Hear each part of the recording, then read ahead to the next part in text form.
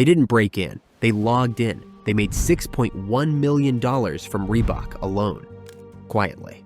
This is the story of an investment banker, an exotic dancer, a Croatian pensioner, a warehouse worker, and two ambitious men who thought they were smarter than Wall Street. It began with David Pachin, who was 29 at the time, Croatian-born, educated in the US, where he got a degree in economics in the year 2000. Former associate in the fixed income research division at Goldman Sachs. Fluent in markets and manipulation. He understands money, but more importantly, he understands people.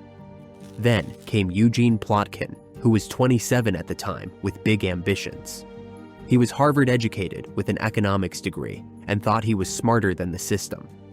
He worked at Goldman Sachs after he graduated in the year 2000, and his role during that time was an associate in the fixed income research division. But this wasn't enough to make him feel accomplished. Plotkin and Pachin met working at Goldman Sachs, where Plotkin stayed to develop his career. However, Pachin left after 5 months as he had his own ideas about how he wanted to trade and was trying to find a firm to allow him to trade the way he wanted to. Together, they found a gap in the system and built something they thought was bulletproof. The plan started in 2004, and it was simple. They started putting together a series of schemes, each designed to slip them inside access to confidential, non-public information from different sources. The kind of secrets that would let them place trades and cash in before anyone else even knew what was coming. The first way of obtaining information was from a banker. Plotkin initially met Spiegelman when Spiegelman was in college and assisted him in preparing for interviews at Wall Street firms. Plotkin arranged for Pachin to meet his friend at a Russian day spa located in downtown Manhattan, the investment banker Stanislav Spiegelman, 23, from Merrill Lynch. He worked in mergers and acquisitions, which meant he knew what was coming before it happened. Draft merger deals were available to Spiegelman, buyouts, emails no one was supposed to see, and he leaked them.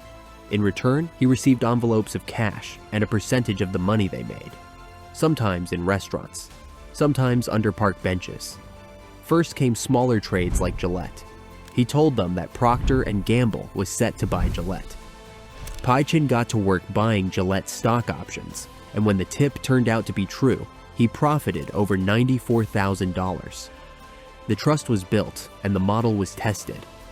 At first, he played it safe, only leaking details from deals he was directly advising on.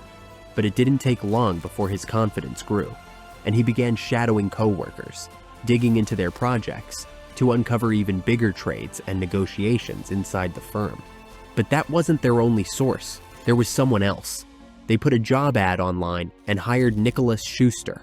25, he was living in New Jersey at the time, but he agreed to move to Wisconsin. Both Pachin and Plotkin were listed as references on Schuster's employment application. Using fake names, Pachin used the alias Jeff Dowsich, while Plotkin went by Peter Jones. They were applying for a job as a forklift driver at Quad, a warehouse that prints for the Business Week magazine. Business Week followed a strict schedule. Each issue was printed on Wednesday evenings, but the public didn't see it right away. First, it went live online, Thursday evening after the markets had closed at 5 p.m. Eastern. The hard copies appeared the next morning, Friday, just before trading began. And on the newsstands, the magazine carried a cover date set 2 Mondays ahead, 11 days after its contents had already been released online. The magazine carried information powerful enough to move share prices. Its publisher worked hard to guard the famous Inside Wall Street column, locking it behind passwords and limiting access to only the author and a handful of trusted editors. Now a warehouse employee at Quad, Schuster found a way. He would slip into the sealed boxes and pull out pre-printed copies of the magazine days before the public ever saw them. Every time he gained access, he would then pass the details to Pachin. This gave the insider ring the exact information they needed. Not long after, on January 6, 2005, he was fired from the warehouse, but that didn't stop him from taking his share. Disguised in his old uniform, he kept sneaking back in undetected and stealing copies of the magazine. It didn't last.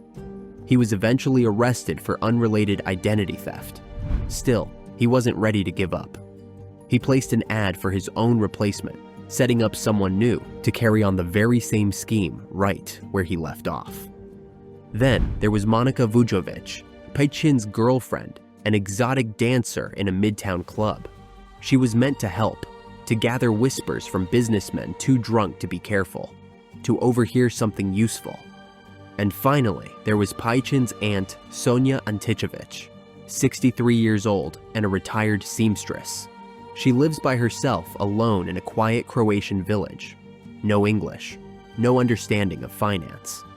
A few days before what would be their biggest scheme, yet Spiegelman found out about Adidas acquiring Reebok due to Merrill Lynch supporting as Adidas's financial advisor during the negotiations leading up to the deal. On August 3rd, 2005, Adidas announced it would acquire Reebok. They bought stock just hours before the news hit. The market surged. Reebok stock jumped nearly 30% in a single day. But the account had already been moved. Options were purchased just hours before. From across the US and Europe, dozens of people have made hundreds of thousands. Some of them millions. But the pattern wasn't random. It was too clean, too sharp. Paichin bought Reebok options using his girlfriend's name just before the deal, timed perfectly. She made over $300,000. Paichin also opened an account in his aunt's name and transferred money, placed trades, hundreds of Reebok call options, bought hours before the Adidas deal, and Paichin's aunt, who had never bought stock in her life, made over $2 million overnight. The SEC Market Surveillance Unit noticed the activity. Reebok options bought in clusters, too much, too early. The insider ring was responsible for 80% of the Reebok stock acquisitions on that day, which triggered alarms. They traced the trades, the accounts, the IP addresses, phone numbers. One name kept surfacing: David Paichin. When Paichin, Plotkin, and the warehouse worker learned the FBI was investigating the suspicious Reebok trades, they panicked. Computers holding files for the Merrill Lynch and Businessweek schemes were smashed. Burner phones were destroyed. Unfortunately, wiping the evidence wasn't enough. The investigation still carried on. They followed the money, the voices, the gaps between conversations. They were watching now, listening, recording, and what they found confirmed it: an insider's ring, two men, and a string of everyday people who had no idea what they were part of.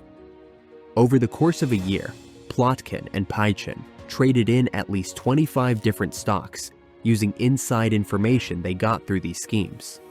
According to the Commission's complaint, a total of 13 individuals from both the United States and Europe have been charged for their roles in carrying out the operation. Stanislav Spiegelman confessed. He'd been leaking deals for months. He flipped, testified. He got 37 months behind bars. Eugene Plotkin was arrested in his New York office, still in his Goldman Sachs suit. On August 28, 2007, Plotkin pleaded guilty. He was sentenced to 57 months and a $10,000 fine. David Paichin fled to the Dominican Republic when he discovered he was being investigated, but then quietly came back, handed himself in, maybe out of guilt, or maybe because he knew the game was finished. However, he still had one more deal left in his pocket. He told on his two friends and got a reduced sentence for cooperation. Paichin's girlfriend said she was unaware that any of the information was illegal. She surrendered her gains, never charged, never admitted she knew. Paichin's aunt lost everything. Her accounts were frozen 2 days after the Reebok acquisition. She surrendered $2.83 million. When questioned, she said she thought the money was a gift. She said she didn't even know what a stock option was. And maybe she didn't. It all started with an idea to beat Wall Street at its own game. They had the degrees, the connections, the confidence. But what they never learned was when to stop. From Manhattan offices to a Croatian village, the profits flowed until they didn't. Just a paper trail, a login, a knock on the door. The game doesn't end when you win, it ends when you're caught.